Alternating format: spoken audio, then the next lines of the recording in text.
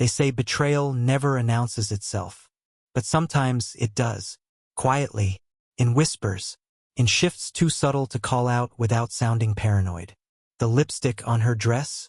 That was just the final push.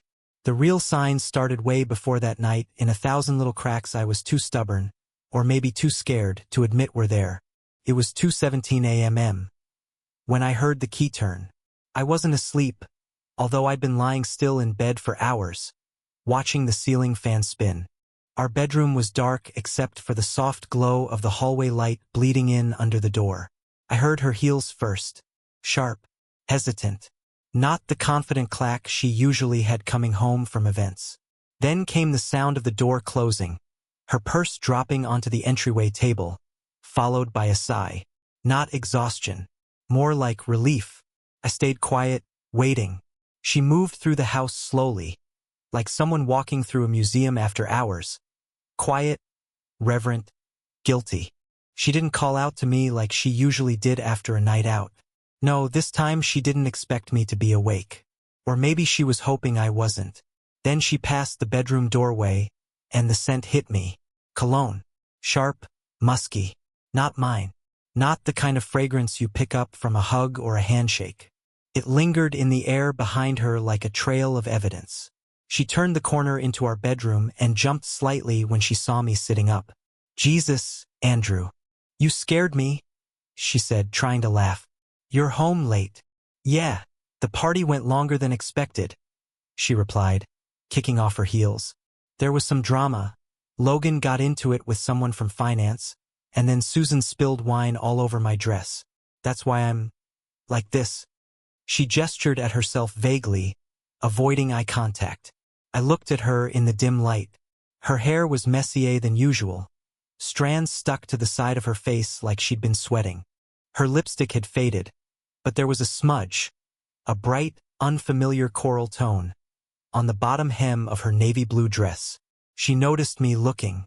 "It's from Susan's wine, I swear," she said before I even asked. I leaned over to help clean it up, and, "Look, I'm just going to take a shower." I nodded. "Sure." She grabbed a towel from the linen closet and disappeared into the bathroom. A moment later, I heard the water start running. I didn't follow her. I didn't press. I didn't shout. Instead, I stood up, walked to our closet, and reached for the suitcase I hadn't touched since my last trip to Dallas 6 months ago. It still had the airline tag attached. I pulled it down and laid it open on the bed, the zipper making a harsh sound in the silence. That's when I knew. Knew in the way you don't need confirmation. Knew in the way that your body just understands before your mind does. Because when you've lived with someone long enough, loved someone long enough, you can hear betrayal without it speaking. I started folding clothes. Jeans, t-shirts, the black hoodie she always stole when she was cold, like it gave her comfort to wear something of mine. It was a habit I used to find adorable. Now it just felt hollow. By the time she came out of the bathroom, steam curling around her ankles, she was wrapped in a towel, her hair wet, her face scrubbed clean. She stopped in the doorway. "What are you doing?" Her voice wasn't angry, just confused, or pretending to be. I didn't answer right away. I picked up a pair of socks, rolled them tightly, dropped them into the side pocket. "Andrew?" Her voice cracked slightly. I turned to look at her. Her expression was too neutral, too studied. I'd seen it before, in meetings where she had to stay composed, in calls where she was confronted. It was the face of someone who'd already rehearsed a response. "I'm not stupid, Laura," I said softly. There was a pause. She blinked. "I didn't say you were." I nodded, my mouth tightening. "You didn't have to." Another beat of silence passed between us like a dare. "You think I cheated on you?" she asked, her tone shifting, now defensive, her voice rising just enough to make me flinch. I looked at her. "You smell like a man's cologne. There's lipstick on your dress that's not your shade. You came home looking like you'd just been somewhere else, with someone else." "I told you Susan spilled wine." "It's not wine," I interrupted. My voice was steady, too steady. "It's lipstick, coral. You don't even own that color." She didn't say anything. "I'm not accusing you, Laura." I'm telling you what I see, what I smell, what I've been seeing for months. She crossed her arms. So you're packing your bags over a lipstick stain? No, I replied. I'm packing my bags because I've already been living with the feeling of being left behind for a while now. This is just confirmation. She looked down, her grip tightening on the towel. There's nothing going on, she whispered, but her voice had already betrayed her. Okay, I said. Then why does everything feel different? She didn't answer. She didn't even pretend to. She just stood there like a stranger in the doorway of a house we built together. I stayed quiet when you started staying late at work, I continued. I told myself not to make it a thing when you changed your perfume, or when you started stepping outside to take phone calls. I convinced myself it was just stress when you stopped saying, I love you, unless I said it first. Her face shifted, just barely, but enough. A flicker of something. Shame? Guilt? Recognition? You made me feel crazy for noticing, I said. But I noticed, Laura. I've been noticing. Every time you tilted your phone away from me. Every time you laughed at your texts like they were little secrets meant just for you. I saw it. All of it. Andrew, she started, but I raised a hand. I'm not here to fight. I'm not even asking for an explanation. I'm just tired of pretending we're okay when clearly, we're not. She stepped back into the room, her eyes now rimmed with red. Are you leaving? I zipped the suitcase closed. The sound was final. I don't know yet, I said. But I'm not going to stay in a home that doesn't feel like one. And then I walked past her. Not slamming doors. Not shouting. Just walking away from the version of us I had held onto for too long. And in the quiet that followed, I didn't hear her stop me. I didn't sleep that night. I just sat on the edge of the guest bed, suitcase still zipped shut by my side. The zipper tag pressed into my palm like a quiet anchor. The house was silent, too silent. I could hear Laura moving in the bedroom above, pacing once or twice, then nothing. Maybe she cried. Maybe she didn't. I didn't go back up to find out. Instead, I thought, and when you're sitting in the dark, everything you've ignored starts to replay itself. On loop, louder, clearer, crueler. Started months ago, but I couldn't tell you the exact day. That's how slow the erosion was. Like a stone ground down by water. Subtle, silent, impossible to stop once it begins. She used to come home by 6, sometimes earlier. We'd eat dinner together, watch a show, talk, laugh. Then one day she said she had to stay late for a meeting. It made sense. She was in line for a promotion, always working harder than everyone around her. I didn't question it. But then it happened again, and again, and again.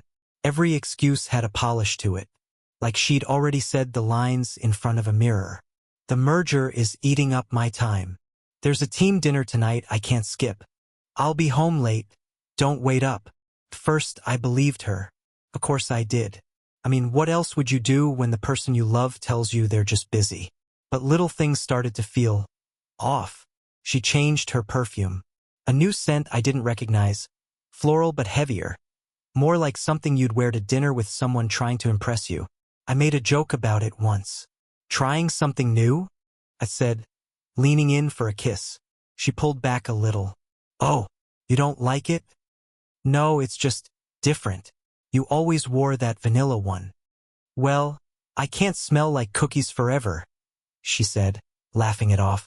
I laughed too, but the joke never landed. Then came the makeup. She started putting more effort into how she looked before work. Fixing her hair in ways she hadn't in years. Lining her lips just so. It wasn't like Laura to spend 20 minutes in front of the mirror on a Tuesday morning. But she did. Every day. I noticed. Of course I did. But I told myself, maybe she just wants to feel good. Maybe she's just going through a phase. Everyone reinvents themselves at some point. Who was I to be suspicious of my own wife? Then there were the calls. The way she would pause when her phone buzzed on the table, glance at it, then quietly excuse herself to take the call in the other room. Or worse, step outside. She'd say it was work. Or her sister. Once, I caught the reflection of her phone screen in the kitchen window as she was typing. She had dimmed the brightness to near invisible, but I saw the message preview. Last night was amazing. Still thinking about it. She locked the screen so fast it almost didn't feel real, like I imagined it. When I asked who it was, she said it was a meme her sister sent and changed the subject so fast I barely had time to respond. And her laugh. God, even her laugh had changed. It used to be soft, throaty, the kind that crept up on her and made her eyes squint. The kind that used to come out when we watched dumb movies together or when I try and fail to dance while doing the dishes. But the new laugh?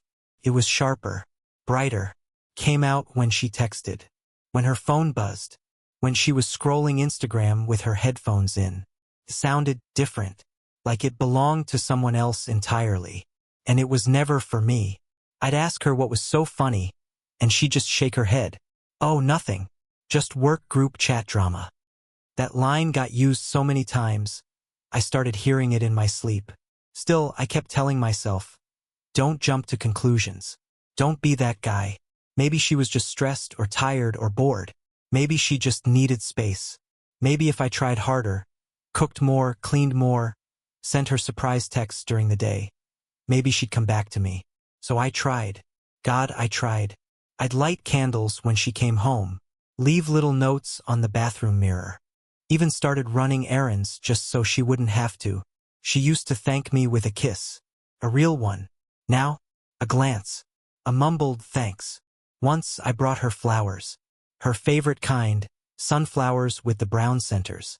She barely looked up from her phone when I handed them over. They're pretty, she said. That was it. I stood there for a moment, holding them, then quietly placed them in the vase on the counter. She didn't even ask where they were from. That night, she said she had to get on a Zoom call with the West Coast team.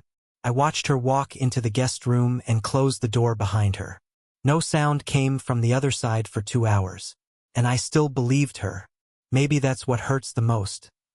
Not that she lied, but that I believed her even when my gut was screaming. That I bent over backward to justify every weird moment, every cold shoulder, every late night. That I kept choosing to trust her because I didn't want to be the guy who didn't. But now I can see it. I see how she started slipping away not all at once, but piece by piece. How her smile became selective. How her body angled away when I reached for her. How her "I love you" turned into "you too." God, I remember one night. I had just finished cleaning the kitchen after dinner. She was on the couch, legs tucked under her, scrolling on her phone. I walked over and leaned down to kiss the top of her head. She flinched. Not big, just enough.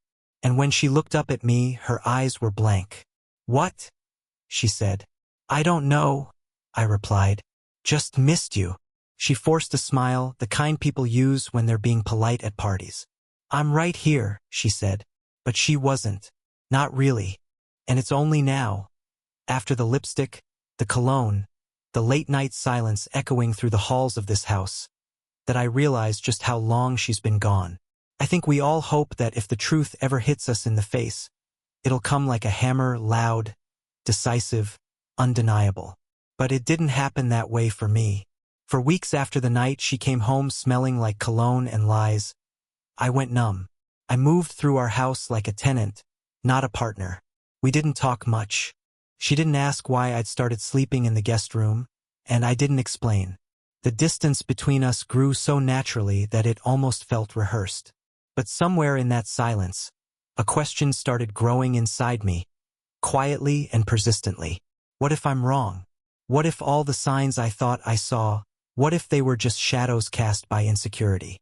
What if the cologne had been someone else's at the party? What if the lipstick really was from Susan, and I just convinced myself it meant more? I needed to know for sure. Not to confront her, not to catch her in the act. I wasn't chasing drama, I was chasing closure. A final, cruel confirmation. The opportunity came one rainy Thursday afternoon. I was home early from work.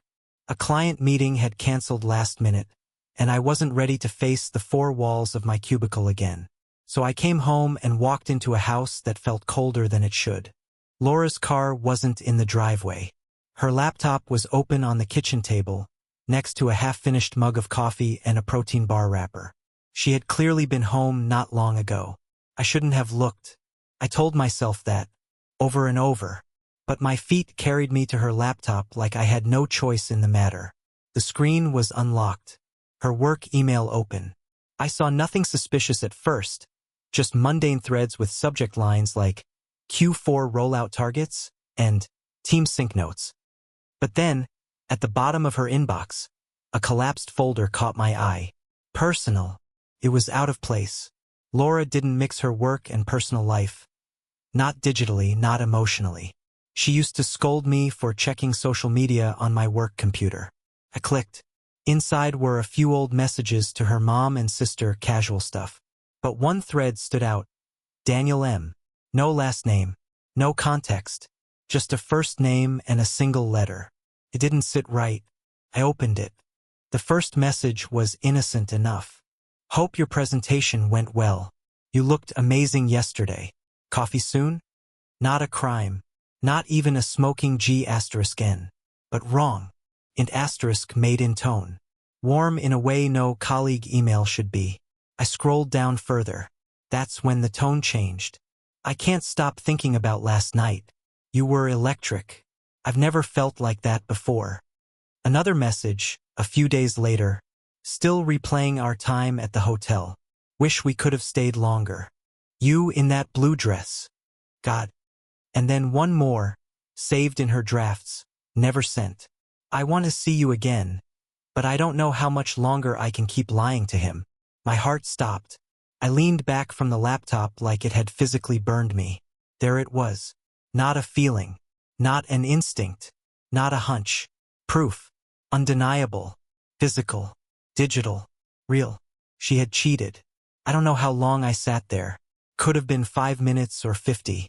The rain tapped against the windows like it was trying to warn me this would come. Like it had seen it all along. The weirdest part? I didn't cry. I didn't scream or punch the wall or throw her laptop across the room like they do in movies. I just sat. Silent. The weight of truth sinking into my chest like a stone in deep water. I thought of her laugh. The one she gave him. The one that had changed. I thought of the blue dress. That navy one she'd worn the night of the party. The one I'd pulled from the laundry basket with the lipstick stain. The pieces fell into place one by one, like some cruel puzzle I never asked to solve. She hadn't even tried to hide it that well. That's what broke me most. She either didn't believe I'd ever find out or worse. She didn't care if I did.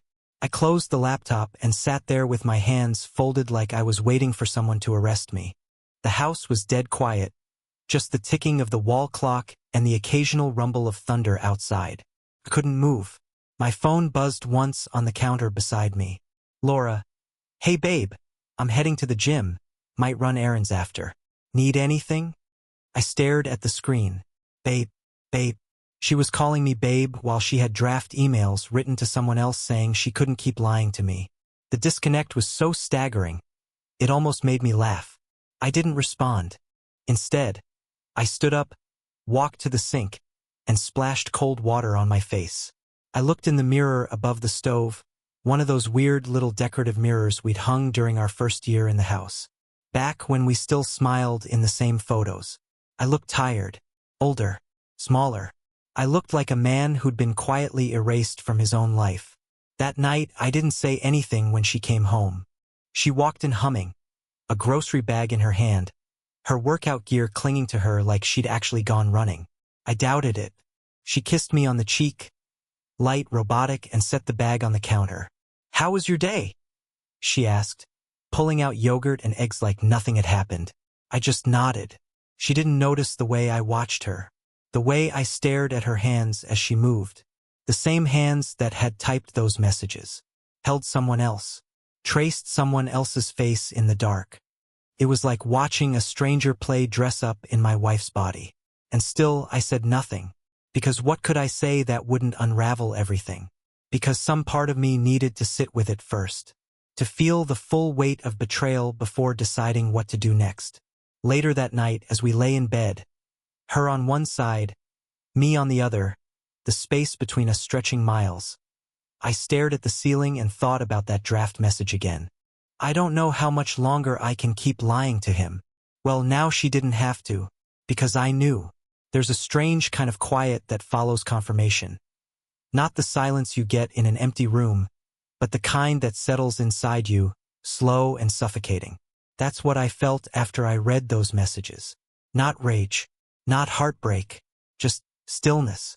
Like something in me had stopped working, and I couldn't find the manual to fix it. The next morning, Laura made pancakes. She hadn't made them in months. Said she was cutting back on sugar.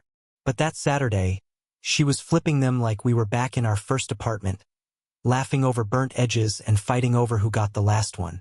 "You want blueberries or just plain?" she asked without looking at me. I stared at her. She was humming again. That same tune she always defaulted to when she was pretending everything was fine. Something between a pop song and a lullaby. It grated against my ears. "Plain's fine," I said quietly. "Coming right up," she chirped. Like a waitress in a diner, she didn't work it anymore. She plated them with care. Set the fork on the right, napkin folded in that little triangle she only did when company came over. Then she sat across from me like it was just another weekend. I looked down at the pancakes. I couldn't touch them. "I'm not hungry," I said. "Oh," she replied. "You feeling okay?" "No, not even close." "Didn't sleep much," I said. "Me neither," she said quickly, almost like it was a lifeline. "Work's been a mess lately. I just want to hit pause on everything." Her smile didn't touch her eyes. I nodded slowly. "Yeah, me too." We didn't talk after that. I pretended to scroll my phone while she cleared the plates.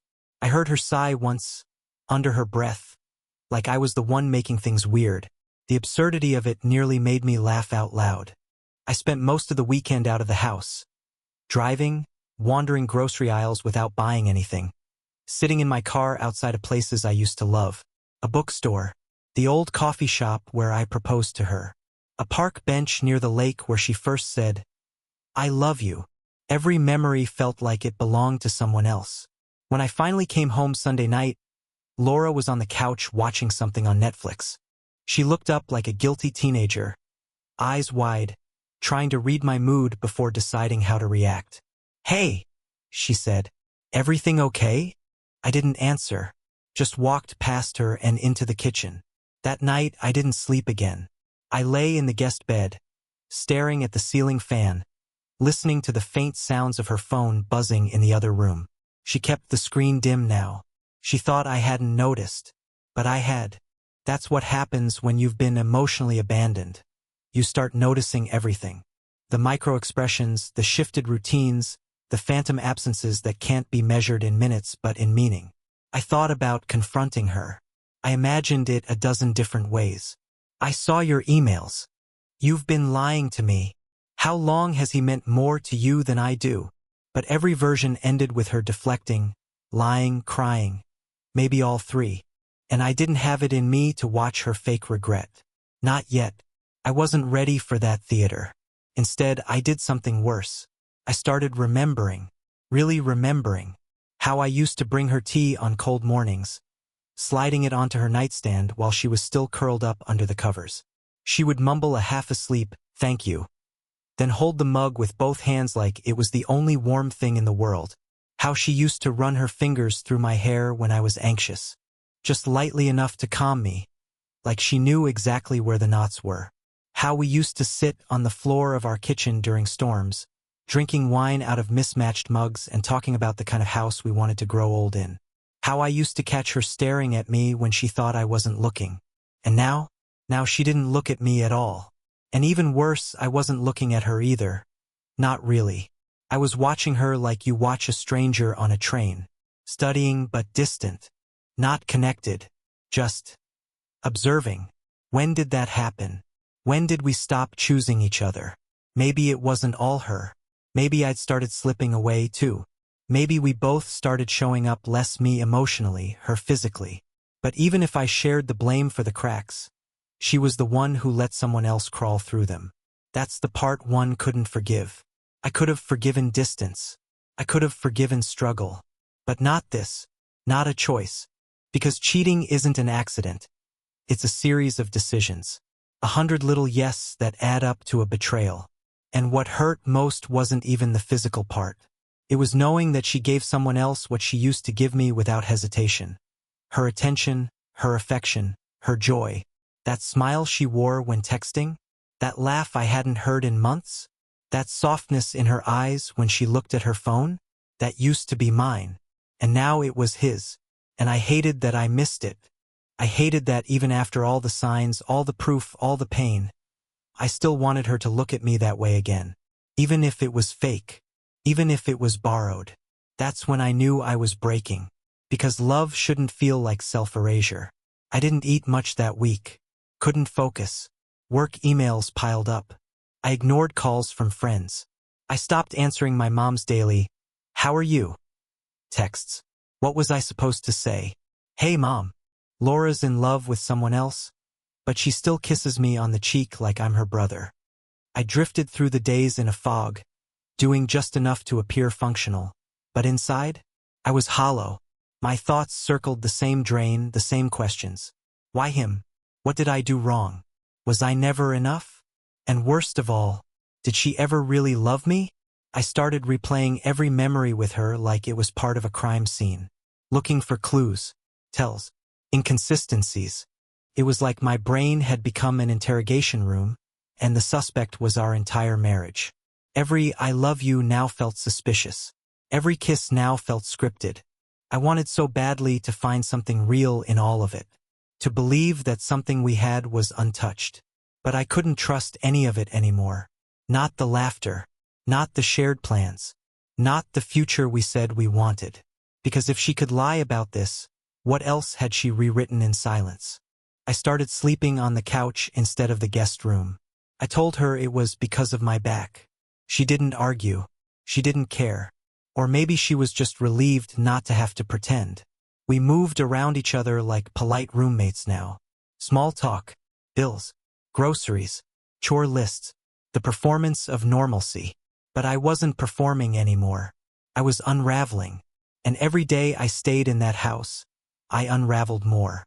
There's something deeply unsettling about pretending everything is fine when everything is broken. Every morning after the truth sank in, I'd get up, brush my teeth next to her, make coffee like I used to, and pretend not to notice how she angled her body slightly away. We moved in sync, just like before, two ghosts trapped in the choreography of a past life. We didn't fight. We didn't cry. We just played the parts. To the outside world, we were still a couple. At work, I still said "my wife" in meetings. I still nodded when someone asked how she was. "Good," I'd lie. "She's busy with work as always." And Laura? She wore the role of loving partner like a costume tailored to perfection. At brunch with her sister, I watched her laugh, tell stories, squeeze my hand like muscle memory. Her eyes sparkled. She looked like someone in love, just not with me. I studied her from across the table, how she tilted her head at just the right angle when she smiled, how she leaned into me slightly when her sister made a joke. It was all so precise, so calculated. But at home, the mask slipped. There. She barely looked at me. Her voice softened only when talking to her phone. The only affection she showed was reserved for glowing screens and quiet chuckles I wasn't invited to hear. One night, I walked into the living room after brushing my teeth and saw her curled on the couch, phone in hand, eyes lit up in that way they hadn't been in months. She didn't hear me. She was smiling. That smile. The one I used to chase with every joke, every note, every lazy Sunday morning. And now it was his. I backed out quietly. She didn't notice. The next morning, she made breakfast again, scrambled eggs and toast. No explanation. No occasion. Just her way of keeping up the act. She handed me a plate and said, "You've been quiet lately. Everything okay?" That was rich. I looked at her, long enough to test whether she'd flinch. She didn't. "Yeah," I said. "Just tired." She nodded. "You should take a day off. Do something for yourself." I almost laughed. I wanted to say, "Like what? Move out? File for divorce? Read more of your emails to Daniel?" But I didn't. I just sipped my coffee. There's a particular kind of numbness that comes with living a lie you didn't ask for. Eats away at you. Not in a fiery, dramatic way, but slowly, like mold creeping under wallpaper. I started avoiding the house more. Grocery runs became 2-hour escapes. I sat in parking lots just to feel the car hum under me. Walked aimlessly through stores without buying anything. Wandered trails without remembering the path. Anything to avoid the quiet between us. But even the outside world couldn't protect me from the performance. To our friends, she was still posting photos, filtered and framed just right. A picture of our hands around coffee mugs. A throwback Thursday of us at the beach. A quote about love and commitment with a heart emoji tagged to me. Each one a knife. Each one a carefully placed lie meant to keep the illusion alive. I didn't say anything. I let the charade go on. Because deep down, I wasn't ready to burn it all down yet. I was still trying to figure out if there was a version of this I could survive. But the signs kept coming. One evening, I came home early and found her standing at the sink, whispering into her phone. The moment she heard the door open, she flinched and turned off the screen. "Hey," she said too brightly. "You're home early." "Yeah," I replied. "Figured we could have dinner." She smiled. "Sure." She didn't ask who I'd been with. Didn't care where I'd gone. Later that night, while she was in the shower, her phone buzzed twice on the nightstand. I didn't even need to look. The pattern was familiar now: short buzz, pause, long buzz. She'd switched messaging apps. Quieter one. One with disappearing messages. The digital erasure of guilt. I stared at the phone like it was some foreign artifact. I never touched it. I never even got close. Because I didn't need to anymore. I already knew. The phone screen was the altar of her affection now, and I had become a piece of the furniture in our own home. Once, she called me roomie as a joke. I don't think she realized she'd said it. And in that moment, I didn't feel like a husband anymore. I felt like a placeholder. Like the guy in the photos who still paid the mortgage while she drifted further into someone else's life. What broke me more was how effortlessly she kept it all together. How easily she wore the face of commitment. When her parents visited, she wrapped her arms around me and kissed my cheek like nothing had changed. She laughed at my stories, held my hand under the table, played the loving wife so well, even I forgot for a moment. But then, hours later, when we were alone again, she didn't touch me once. She walked past me in the hallway like I was air. I started writing notes I never sent. "I miss you. But I don't know who you are anymore. I wish you'd just tell me the truth. Did you ever really love me? Or was I just convenient?" I wrote them all and deleted them. Not because I was afraid of her response, but because I already knew what she'd say. She'd deny. She'd redirect. She'd cry, maybe. Say she felt lost. Say it wasn't that serious. Say it didn't mean anything. And maybe that was the worst part. The idea that I could be losing my entire life over something she didn't even consider real. That our marriage had become something disposable to her, while I was still sitting in it, waiting for something to change. I kept trying to feel something. Anger, sadness, betrayal. But everything inside me felt dull. My emotions were blunted, like they'd been running on fumes for too long. The man I used to be, the one who surprised her with weekend trips, who danced with her barefoot in the kitchen, who built a home around her laughter, that man was gone. And the one who remained, he was just waiting. For what? I didn't know. A confession. Collapse. A breaking point. But she didn't break. She kept smiling. Kept pretending. Kept being the perfect wife in public and a distant stranger in private. And maybe that's when I realized the scariest part of all. She wasn't pretending for me. She was pretending for herself. And I was just one more prop in the set. I found a man's jacket in Laura's car. Too big to be mine, and not her style. Then a hotel receipt hidden in the glove box. 2 guests, 1 night. On her laptop were photos, her in a pool, champagne in hand, a man's arm around her. A folder full of saved messages confirmed it all. This wasn't a one-time mistake. It was deliberate, ongoing. She wasn't just cheating. She had a second life I was never meant to see. I finished packing in silence and left a note on the kitchen table. No anger, no begging, just the truth. I couldn't live like this anymore. I moved to a new city, started fresh. Days later, Laura texted, "Can we talk?" I never replied. There was nothing left to say. Love, once betrayed, doesn't return the same. And real strength, I learned, isn't in staying. It's in knowing when to walk away.